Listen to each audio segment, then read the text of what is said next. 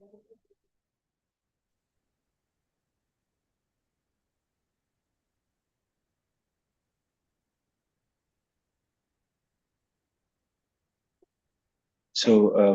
are live on all platforms now. Welcome everyone to this edition of Regal Live Series. I apologize for the delay. We are trying out something new. Last time we were streaming only on LinkedIn. Now we are streaming on LinkedIn, Twitter, uh, YouTube, and Facebook. So when we started the stream, we were not there on any of the platforms. So without further delay, let us get to it. So Regal Live Series is a weekly live series every Thursday at 9 p.m. that aims to enable coaches to build a prosperous coaching business by becoming the best coaches that they can be. Regal Unlimited is a leadership development company that has over a decade of excellence in disrupting leadership development through coaching and coach training. In this edition of the Regal Live Series, I am glad to have Subash CV and PK Narayanan with us. Subash is the founder CEO of Regal Unlimited. As an executive coach for the last decade, he has helped leaders scale up their leadership quotient and has aided them to assume the roles of their dreams and lead happy lives. PK has been a CEO coach for the last 11 years. He helps CEOs and business leaders scale up their businesses and enhance their leadership presence so that they can position their businesses for long-term success. Like the last live series, even for today, the most questioned since the last week is the topic of discussion. What are the 3 steps to identifying your niche? So if you're a coach looking to become a coach or are just curious, join us today for this crisp 20 minutes conversation. So PK and Mr. Subash, as a coaching question, what does niche mean to you?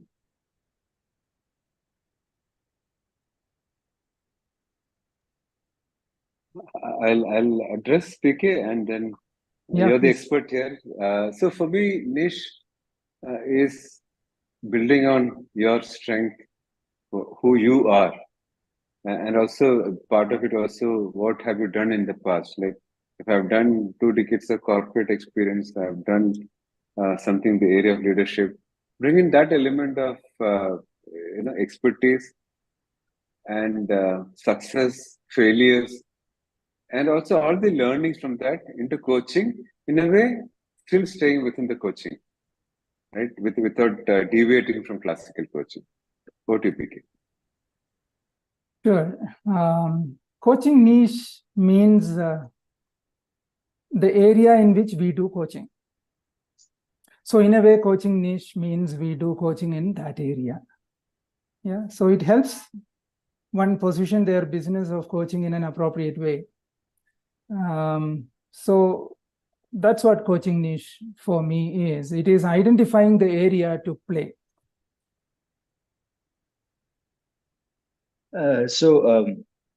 Coaches, to borrow from some of the popular panelists from other streams, just a minute each. If I may start with PK. PK, one thing that we see is on one hand, we have coaches who are willing to have a very specific niche, like you and Mr. Subash here. And then there are also a significant number of coaches who feel that we should not be bound by any niche because we are limiting the opportunities we can have. What do you have to say about that? See, it's an age-old, saying as well as experience is that, if we set up any business, coaching is not an exception. And since we are talking about coaching, if we set up our coaching business in a manner to appeal to everyone, it appeals to no one. So you need to look around what is the kind of coaching practice or coaching business that one needs to run and look at the examples. That might be the right way to go. So the topic for today is what are the 3 steps to identifying a niche? So PK, there's a lot of what that needs to be done right, to identify a niche. But you are a person who focuses on the how. So for our listeners today, for our viewers today, what are the 3 steps that coaches can take today to identify their niche? Assuming the assumption would be they are aware of the importance of the niche, but there's so many places that pull them, that pique their interest. What would be the 3 steps that you would advise to identify their niche? Sure. So one aspect that I want to highlight before proceeding to answering the question is that coaching niche doesn't mean we do something else. Or coaching niche doesn't mean we do consulting or we do mentoring. We still do coaching, as I said earlier, coaching in that area, that chosen area. So it's a matter of positioning our business. Coaching niche, we don't need to overemphasize on the word niche. It is simply put, it is deciding our positioning, where to play, which is important for any business, and coaching is not an exception. 3 steps you asked. What are the 3 steps? And a bit of what and how, probably intermingled. To start with, an area that I know well. So my first step would be to start with an area that I know well, that I am familiar with, an area where I have experience, expertise, and even have credibility, therefore, in the marketplace. Make sure the area needs support, assistance, and that we could make a difference through coaching. And that area also where my network, my circles would provide or refer or land the first few clients. So this is the first step. Choose an area that I am familiar with. Second step would be to make sure that it is something that I love doing, because to last long, we need to take a specific segment that is something that I can relate with, that I can empathize with, an area that I can understand and has the confidence of being familiar with. It's important that working with the target segment energizes me, engages me, and brings the best out of me. So this sense of feeling connected is quite important for keeping it going for longer periods. So my second step would be to make sure that it is something that I love doing day in, day out, month after month, year after year. And my niche, which I chose 11 years ago, stays. And after every coaching session, I emerge more energetic. And that is why I'm highlighting this. And the third step, according to me, Anirudh, is to make sure that the segment that we are choosing fulfills the economic aspirations and expectations that we have. Meaning a sort of viability test. The segment should be able to pay the fees that we want. And there needs to be an ability to pay and willingness to pay. Both needs to be there. Otherwise, it doesn't work as a gainful coaching niche. So to be a gainful coaching niche, the segment that we are choosing should be able to pay and willing to pay. So the viability check is important. So PK, if I may summarize, first step is your area of expertise. If I may paraphrase what you have said previously, that experience is an enabler and not a baggage. So first step would be wherever you have relevant experience. Second step would be an area that you're really passionate about, where work seems like play, if I may say so. And lastly, the underlying condition would be how viable it is. So, Mr. Subash, over to you. These are PK's 3-step formula.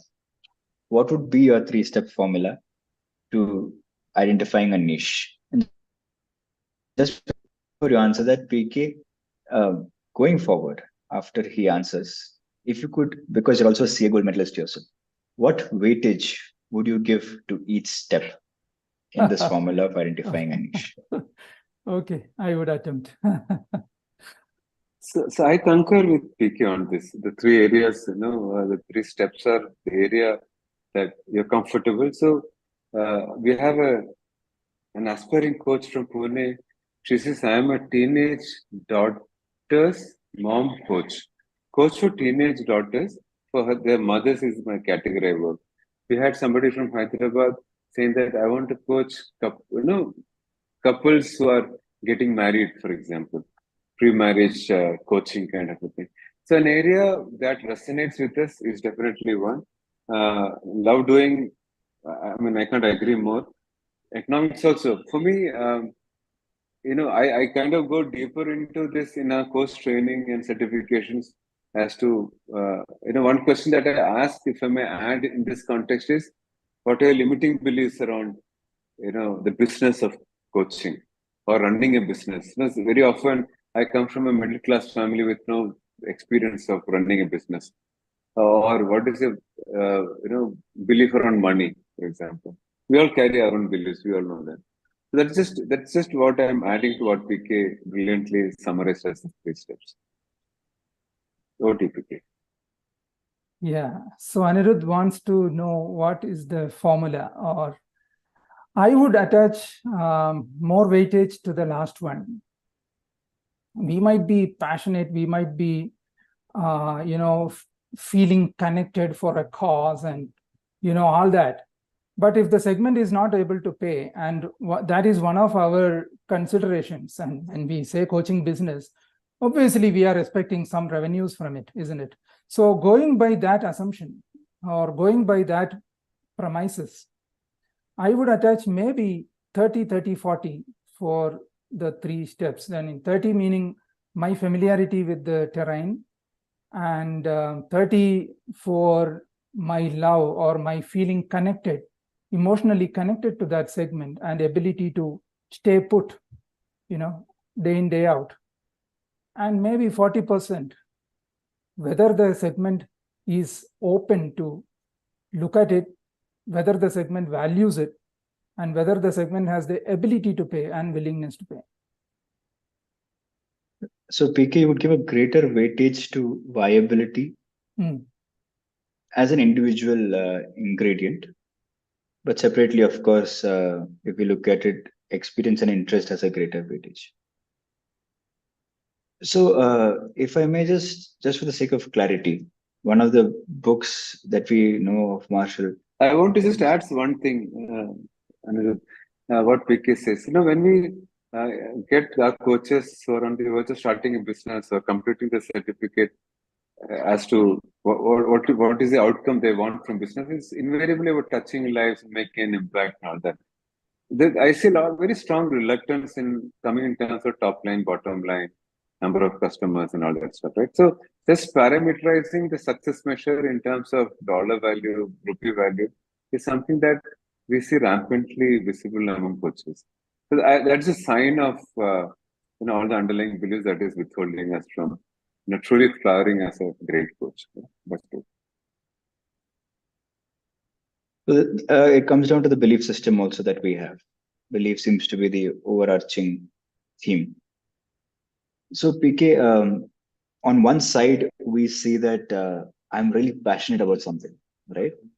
And on the other side, we see just like the example that Mr. Subash brought up, right? A very specific niche, teenage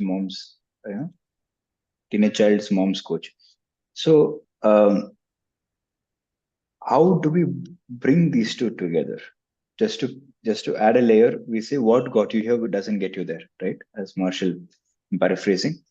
And also what we see is that all the outliers have decided to go somewhere with their gut feeling, of course, with intelligence also. How do you marry these two ideas? On one side, being objective by looking at the viability of things, and on the other side, the willingness to dare to dream. How can we find a consensus here? See, it is an always and. It is, I don't see anywhere any discord between these two aspects. Probably that, it is our maybe limiting beliefs that makes us think that good things, need to be offered, or, and money is not a bad word. So these are some of the limiting beliefs, So once the money comes to us, then we can decide what to do with it. So to answer specifically, I always think it is an and. If you are going to create an impact, there is definitely a scope for creating value for both sides. See, someone is paying value only when they get value. Yeah. And value creation is in the perception of the clients. And if they value and they are getting value, what more you need? I think that's a great way to bridge the two ideas. You give value and you create value. So the customer is willing to pay the value. Yes. So at this time, coaches, I would just like to raise a question that's there in our chat box. Thank you, Jisha, for your question. Jisha says, I'm curious to know that what would be the key factors that qualify a niche as viable? When you do some discovery sessions with few people and few people known to you, whom you think is not going to judge you, every one of us have few of them around us, isn't it? So bounce back what you are going to offer and what is that they are going to get, articulate it the best possible way, and express what you are likely to charge for that service. What's going to be the investment? I choose to call it an investment. I never use the word fee or charges or anything. In my practice, always I use the word investment. So what is that investment that you have in mind? So you will get feelers and then take it to the market and go to the users and test it. So we need to test market it to see whether it's going to work or not. It's not our judgment sitting on the shores. So, gentlemen, we have 2 minutes left for this live. So, Mr. Subash, if I may ask you, when you and PK started coaching, the landscape was very different. The word coaching itself needed a lot of awareness creation in the market. So today you call yourself an executive coach. Was that an obvious choice from the beginning, or did it emerge along the way? For me, the fact that, as you know, I went to INSEAD for the leadership program where I discovered coaching. And, I felt I understand the challenges, the difficulties, the pains of a corporate executive. So from the word go, I was clear that segment, where I can touch lives in a positive way. And also, I agree with Kanpur PK. I also said that corporates can pay and corporate accounts stick longer. There's repeat business from corporates. It made huge business sense also. It was at a very early stage and I just stayed on there. So I never felt the need to move on to any other area. But till now, at least, yeah. So viewers and listeners, based on the platform we are on and how we are consuming this content, the takeaway here is that both PK and Mr. Subash leveraged the 3-step formula. They looked at their experience as an enabler and they looked at the viability of it. And it is also something that they're passionate about, which is why over a decade, both of them have stuck to their niche and they are successful coaches. So PK, as we are into the last 30 seconds, I think we have gotten our topic for the next week because of a brilliant point you brought up, the investment. So I feel the next live session can be, how can we charge a premium and position that as an investment? How do we create so much value that we're confident of our pricing? But needless to say, viewers, listeners, we'll be listening. I will be going through your comments in all the platforms. And like this week, the most asked question or the most liked question will be the topic for next week's discussion. Thank you, coaches, for joining today. It's a holiday weekend. I wish all of you a happy Deepavali. May the Festival of Lights bring in a lot of health, wealth, and abundance to all of us. Thank you, coaches. Looking forward to seeing you the next week. Thank you. Thank Bye, you, everyone. Thank you.